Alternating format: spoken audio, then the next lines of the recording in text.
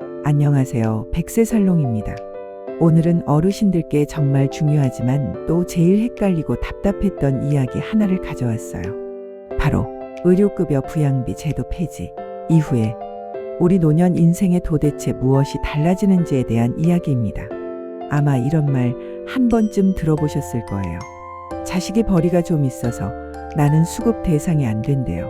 실제로는 연락도 안 하고 도와주는 것도 없는데 서류상으로는 부양가족이라고 해서 탈락했어요.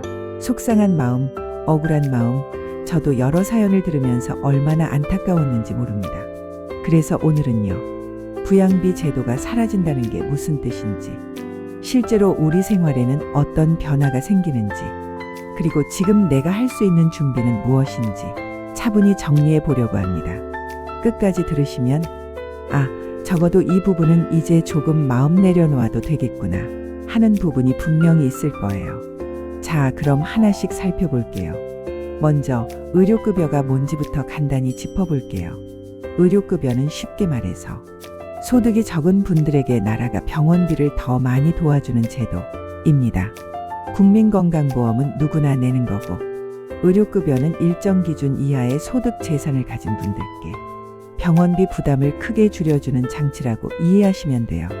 문제는 뭐였냐면, 부양 능력이 있다고 여겨지는 자녀나 가족이 있으면 실제로 도와주지 않아도 서류상 도와주는 걸로 치고 의료급여 대상에서 빠지는 경우가 너무 많았다는 거예요.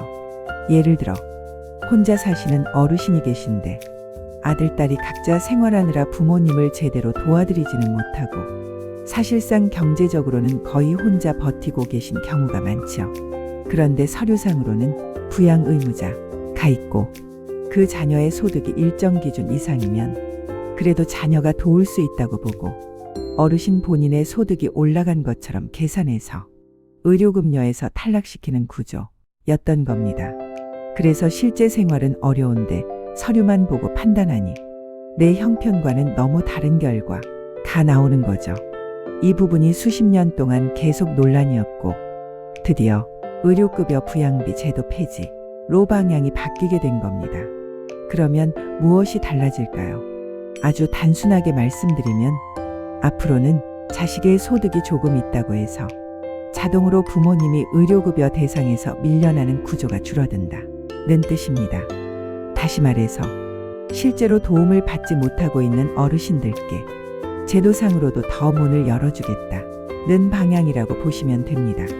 물론 이 변화가 당장 내일부터 모든 사람이 자동으로 의료급여 대상이 된다는 뜻은 아니에요. 여전히 소득 재산 기준은 있고 구체적인 심사도 필요합니다. 하지만 예전처럼 연락도 끊기다시피 한 자녀가 있다는 이유로 그냥 탈락되는 경우는 줄어들 가능성이 크다는 점. 이건 우리에게 꽤 큰 변화입니다. 여기서 중요한 포인트가 하나 더 있어요. 많은 어르신들이 이렇게 말씀하세요. 나는 자식들 얼굴 볼 면목이 없어서 수급 신청 같은 건 꿈도 못 꿔요. 그런데 사실 제도가 바뀌어가는 방향은 자식 눈치 덜 보고 본인의 상황을 기준으로 지원을 받게 하는 쪽으로 조금씩 움직이고 있습니다. 그래서 앞으로는 내 상황이 정말 힘들다면 일단 동사무소나 주민센터에 가서 의료급여 상담을 한번 받아보시는 것 자체가 훨씬 더 의미 있는 행동이 될 거예요. 내가 기준에 해당되나요? 실제로 받을 수 있는 게 뭐가 있나요? 준비해야 할 서류는 뭐가 있나요? 이런 것들 혼자 끙끙 앓지 마시고요.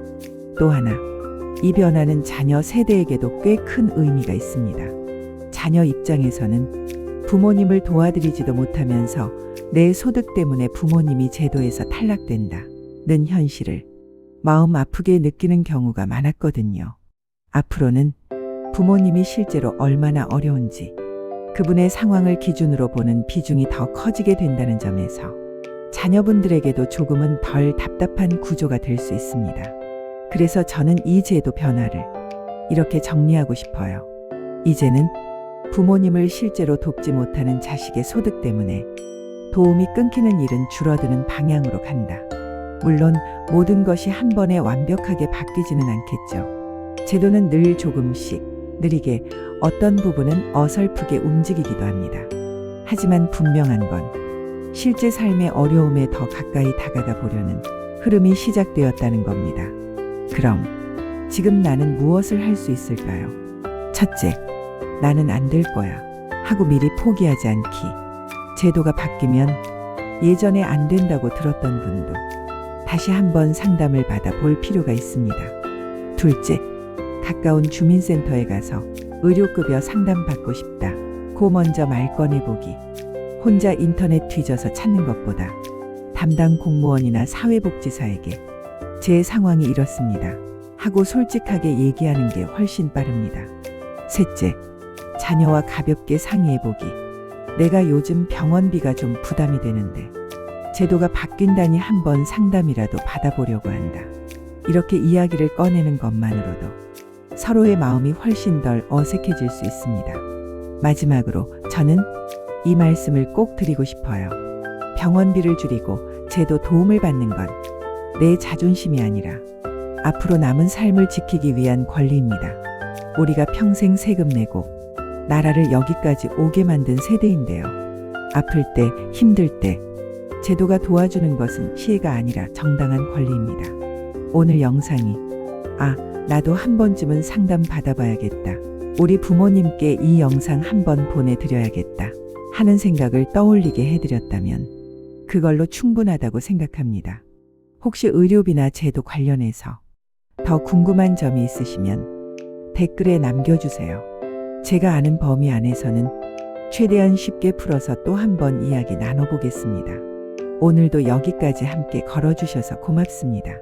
어르신들의 남은 날들이 병원비 걱정보다는 나를 위해 쓰는 시간과 마음으로 채워지시길 바라면서 구독과 좋아요도 살짝 부탁드릴게요. 우리 다음 영상에서 또 뵐게요.